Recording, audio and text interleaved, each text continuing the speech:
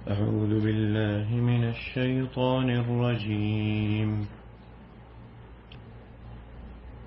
ويستعجلونك بالعذاب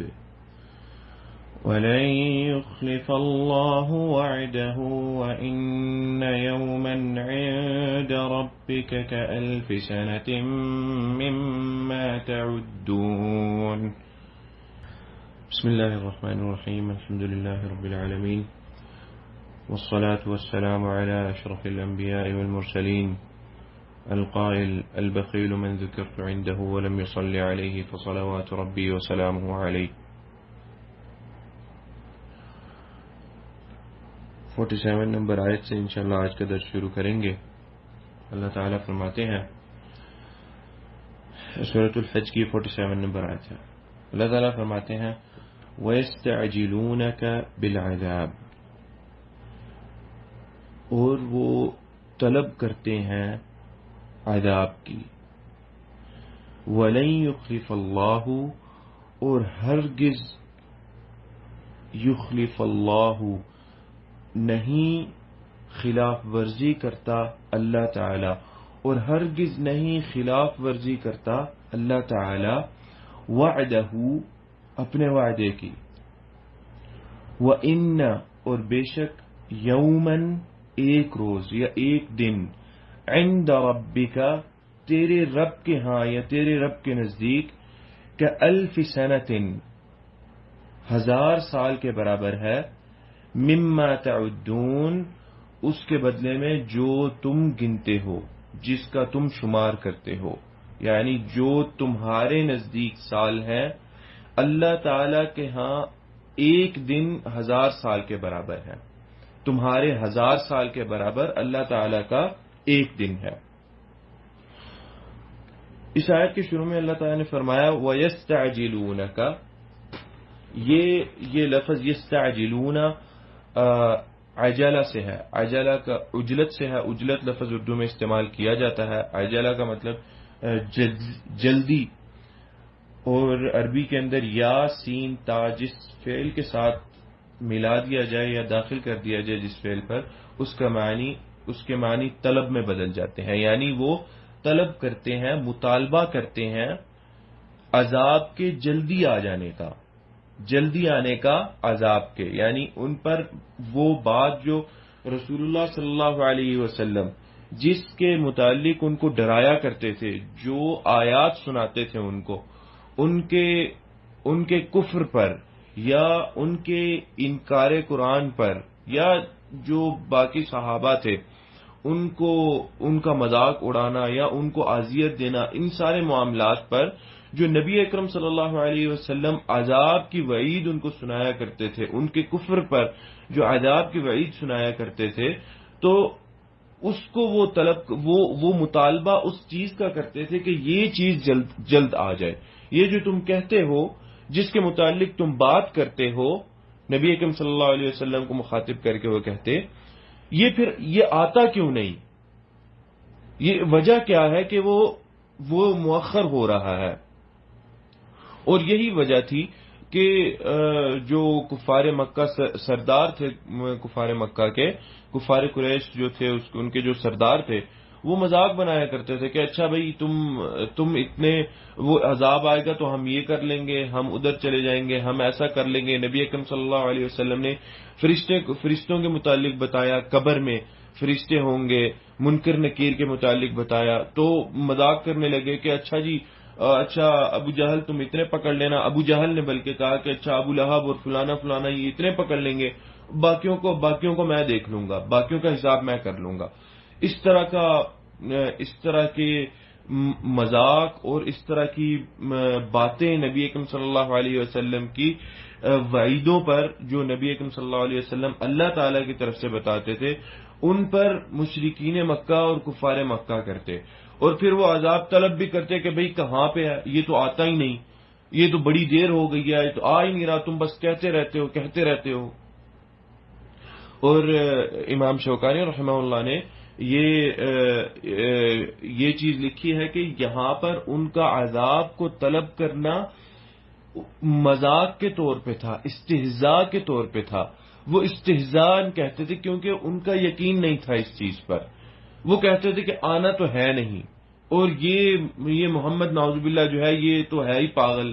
پتہ نہیں کیسی کیسی باتیں کرتا ہے، بہکی بہکی باتیں کرتا ہے نعوذ باللہ. تو اس وجہ سے ان کا عذاب طلب کرنا تھا. یہ نہیں تھا کہ ان کا یقین تھا، اور پھر اگر یقین ہوتا تو وہ طلب کیوں کرتے، بلکہ یقین ہوتا تو ایمان لاتے. تو یہ بڑی اچھی بات کی انہوں نے. امام شوکانی رحمہ اللہ نے کہتے ہیں کہ وہ طلب اس وجہ سے کرتے کہ ان کے دلوں کے اندر اس کا یقین نہیں تھا، اور استہزاء کے طور پہ، مذاق کے طور پہ وہ طلب کرتے کہ بھئی کہاں پہ ہے جو تم جس کا تم ذکر کرتے ہو، جس کے بارے میں تم کہتے ہو وہ کہاں پہ ہے. آگے اللہ جو اگلی آیت کا حصہ ہے کہ اللہ تعالی اپنے وعدے کی خلاف ورزی نہیں کرتے. یہ بڑی سخت آیت ہے. یہ آیت کا یہ حصہ جو ہے یہ بڑا سخت ہے. اس میں فرا مفسرین میں سے ایک مفسر ہے فرا رحمہ اللہ، وہ کہتے ہیں کہ اس کے اندر اللہ تعالی نے ایک طرح سے یہ بات اللہ تعالی کی پوشیدہ ہے کہ عذاب دنیا اور آخرت دونوں کا آئے گا. اس میں وعید دنیا اور آخرت کے عذاب دونوں کی ہے، کیونکہ اللہ تعالیٰ کی ایک طرح سے سنت رہی ہے کہ جو لوگ انکاری ہوتے ہیں، اس طرح کا انکار کرتے ہیں، ان کو موت نہیں آتی جب تک ان کو عذاب نہیں آ جاتا. جب تک وہ اس دنیا کے کسی عذاب میں پڑ نہیں جاتے ان کو تب تک موت نہیں آتی، اور پھر آخرت میں تو عذاب ہے ہی ہے. تو یہ چیز فرار رحمہ اللہ نے بیان کی، کیونکہ اللہ تعالیٰ کی یہ سنت بھی ہے. اور یہ اس وجہ سے بھی اللہ تعالیٰ نے بیان کیا کہ اللہ تعالیٰ نے ہر چیز کا ایک وقت مقرر کر دیا ہے. اس وقت سے پہلے وہ چیز نہیں آئے گی، چاہے تم جتنا طلب کر لو، چاہے جتنا مانگ لو اس کو، وہ چیز اس وقت سے پہلے نہیں آئے گی. اور آگے اللہ تعالیٰ نے ایک مدت کا ذکر کیا کہ اللہ تعالیٰ کے ہاں ایک دن ہمارے شمار کے مطابق 1000 سال کے برابر ہے. تو اللہ ایک طرح سے یہ بات بتانا چاہ رہے ہیں، یہ چیز بیان کرنا چاہ رہے ہیں کہ ایک تو جس وعدہ جب کیا ہے تو اسی وقت، جس وقت کا وعدہ ہے اسی وقت، جو وقت مقرر کر دیا گیا جس چیز نے آنا ہے وہ اسی وقت آئے گی. دوسرا، جو تم یہ بات کرتے ہو کہ مؤخر ہو گیا کہ عذاب آ نہیں رہا، تو یہ جان لو کہ میرے ہاں میرا ایک دن تمہارے 1000 سال کے برابر ہے. اس لیے جس کو تم مؤخر کہہ رہے ہو وہ تو کچھ بھی نہیں ہے. وہ کیا ہے جس کو تم مؤخر کہہ رہے ہو؟ وہ مہلت ہے اللہ تعالیٰ کی ایک طرح سے. اللہ تعالیٰ اس چیز کو سمجھانے کی کوشش کر رہے ہیں کہ ابھی تو معاملہ شروع ہوا ہے، اور میرا تو ایک دن تمہارے 1000 سال کے برابر ہے. تو اور میرا طریقہ اور اللہ تعالیٰ کا جو طریقہ ہے، اگلی آیت میں اللہ تعالیٰ یہ چیز بیان کر رہے ہیں. اللہ تعالیٰ کا طریقہ،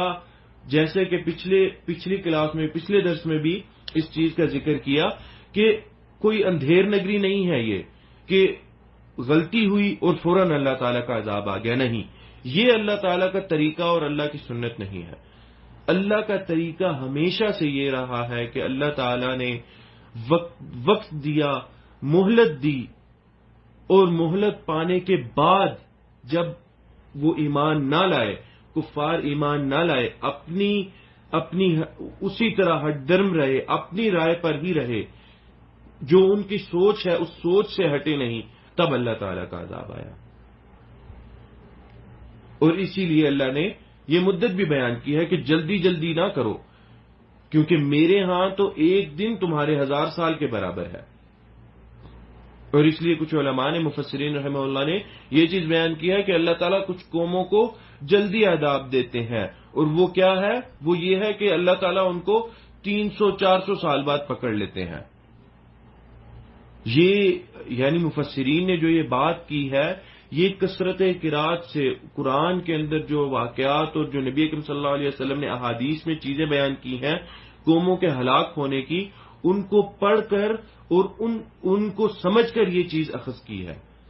کہ اللہ تعالیٰ کا جلدی تو 300-400 سال ہے، اور مہلت دینا کیا ہے اللہ تعالیٰ کا؟ مہلت دینا یہ ہے کہ جیسے کہ نوح علیہ السلام کے بارے میں آتا ہے کہ 950 سال 950 سال حضرت نوح علیہ السلام نے دعوت دی. یہ تھی مہلت اللہ تعالی کی، یہ مہلت اللہ تعالی نے دی. اور اس کے بعد حضرت نوح علیہ السلام نے دعا کی کہ اللہ تعالیٰ ان میں سے کوئی شخص نہ بچے، کوئی بندہ نہ بچے، ان کو سب کو ہلاک کر دے. اللہ تعالیٰ نے سب کو پھر ہلاک کیا.